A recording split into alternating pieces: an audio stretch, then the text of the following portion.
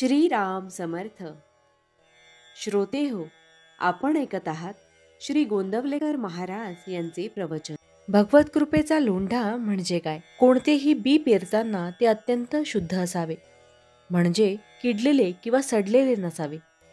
भगवंताशिवाय दुसऱ्या कोणत्याही फळाच्या हेतूने केलेली भक्ती ही सडलेल्या बीजासारखी आहे. आता सुरुवातीलाच उत्तम बी पैदा होईल असे नाही, परंतु प्रयत्नाने ते साधता येते.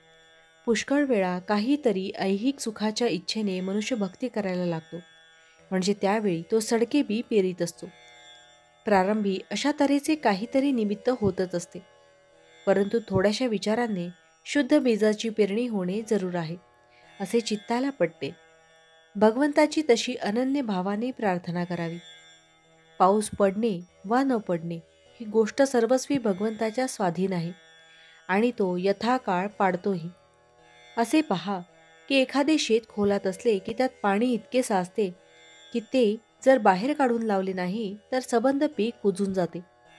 त्याच अर्थाने भगवंताच्या कृपेचा लोंढा जर जोराचा असला तर बंधारा फोडून तो बाहेर सोडणे जरूर असते. असे करण्यात दोन्हीकडून फायदा असतो. एक म्हणजे शेतात जास्त झालेले पाणी बाहेर काढून लावल्याने शेतातले पीक न कुजता शेत उत्तम वाढते, आणि दुसरे म्हणजे ते बाहेर घालवलेले पाणी आजूबाजूच्या शेतात पसरून तिथलेही पीक वाढवायला मदत होते. बंधारा फोडून पाणी बाहेर लावणे याचेच नाव परोपकार.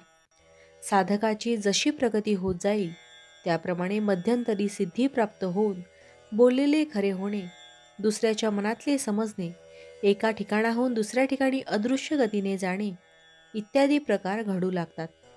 अशावेळी मोहाला बळी न पडता त्यांचा उपयोग स्वार्थाकडे न होईल अशी खबरदारी घेणे जरूर असते. उपयोग करायचाच झाला तर दुसऱ्याचे काम करण्यात, परोपकारात व्हावा. यालाच बांध फोडून पाणी बाहेर लावणे असे म्हणता येईल. शहाण्या माणसाने आपले सुख बाहेरच्या वस्तूवर अवलंबून न ठेवण्याचा अभ्यास करावा. बाहेरची वस्तू सुटली तरी मनाला दुसरी वस्तू देणे अवश्य असते.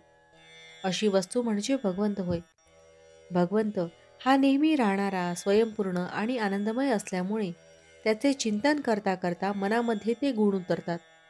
अर्थात मन भगवंताच्या चिंतनाने आनंदमय बनल्यावर त्या माणसाला जीवन किती रसमय होत असेल याची कल्पना करावी. मी त्याचा आहे आणि हे सर्व त्याचे आहे अशी सारखी जाणीव पाहिजे. किती आनंद आहे त्यात. भावार्थ: शुद्ध अंतःकरण ठेवून नाम घेतले तर भगवंताच्या कृपेचा अनुभव येईल. जानकी जीवन स्मरण जय जय राम.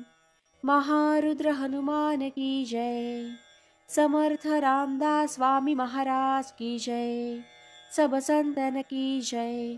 श्री अनंत कोटि ब्रह्मांड नायक राजाधिराज सच्चिदानंद सद्गुरु श्री ब्रह्म चैतन्य महाराज की जय. जय जय रघुवीर समर्थ. आता आपण 13 वेळा नामस्मरण करूया. श्रीराम जय राम जय जय राम. श्रीराम जय राम जय जय राम. श्रीराम जय राम जय जय राम. श्रीराम जय राम जय जय राम. श्रीराम जय राम जय जय राम. श्रीराम जय राम जय जय राम. श्रीराम जय राम जय जय राम. श्रीराम जय राम जय जय राम. श्रीराम जय राम जय जय राम.